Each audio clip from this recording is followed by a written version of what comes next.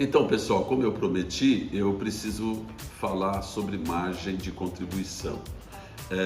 Só um lembrete, né? Antes de você assistir esse vídeo, se você não assistiu o vídeo sobre classificação de custos, tem um card aqui em cima, você entra nele, assista sobre custos, porque senão o entendimento vai ficar um pouco prejudicado, ok? Então, o que é margem de contribuição? Professor, o que o pessoal chama tanto de margem de contribuição?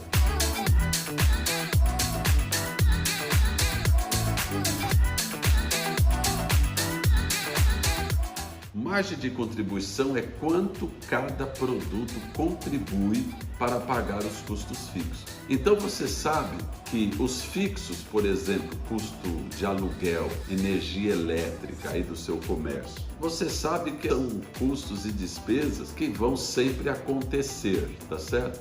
Você vai ter que pagar. Se você tirou férias, você tem que pagar aquele custo, aquela despesa continua lá.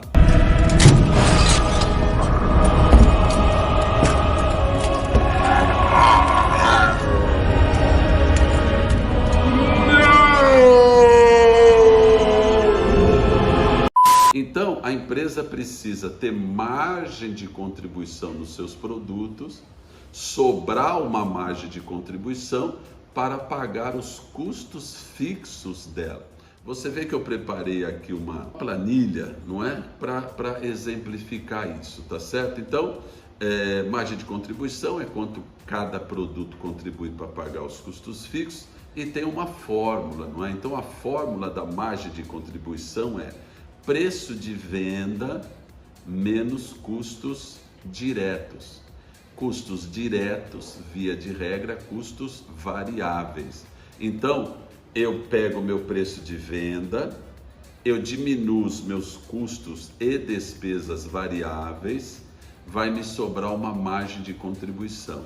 Aquilo que sobra de cada produto, você sabe que é com isso que você vai conseguir ou não pagar os seus custos fixos. Então, a primeira regra importante é que se o seu produto tem margem de contribuição negativa, ou seja, o seu preço de venda, tirando os impostos sobre o seu faturamento e tirando os seus custos diretos ou variáveis, se esse valor que sobrar for negativo, você já precisa saber que cada produto que você está vendendo é alguns tostões que você está tirando do bolso.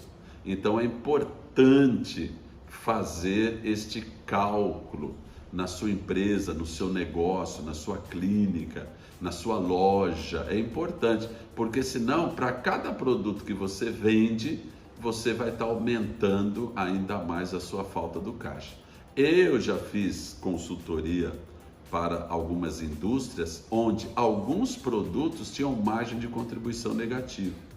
Então, vendia-se muito. Então, a razão do prejuízo deles era essa margem de contribuição negativa, que aí realmente não vai sobrar dinheiro para coisa nenhuma. Professor, qual que é a única possibilidade de ter um produto com margem de contribuição negativa? A possibilidade é se ele for junto com o outro.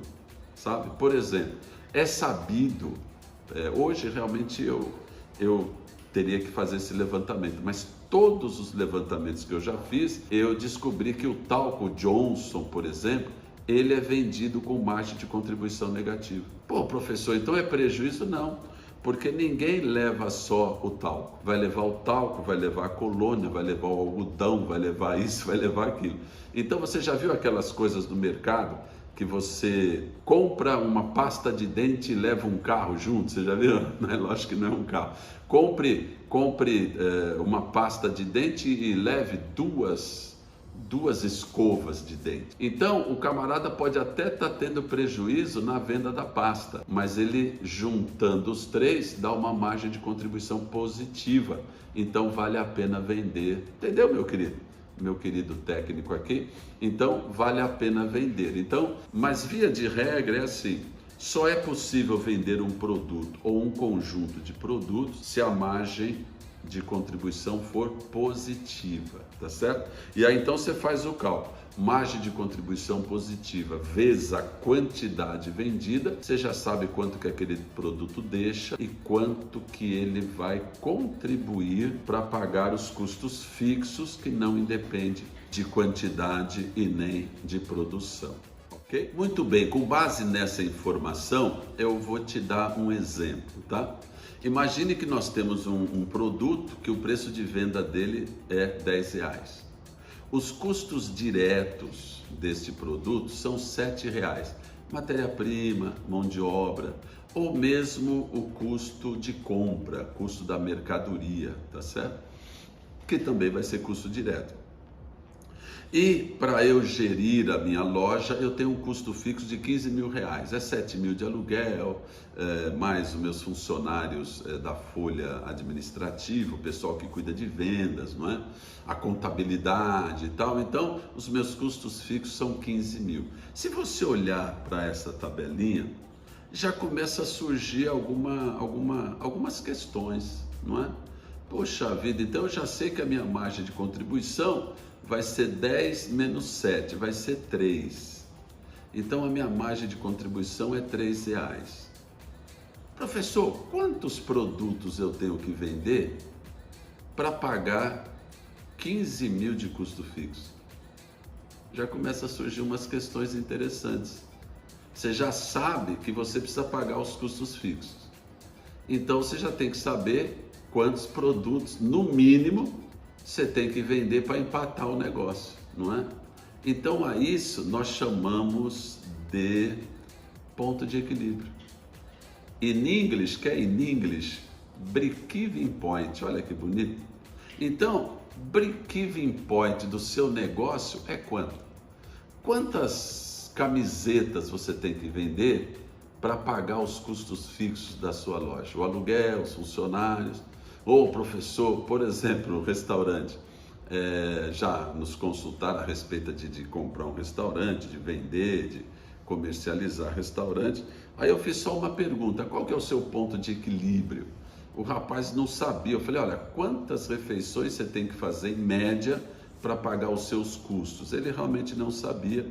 E eu te digo que a quantidade que ele tinha que vender era muito maior do que a capacidade de vender no seu pequeno restaurante, muito maior do que a quantidade que ele tinha de ofertar comida. Então eu já sei que o negócio não ia dar certo nunca.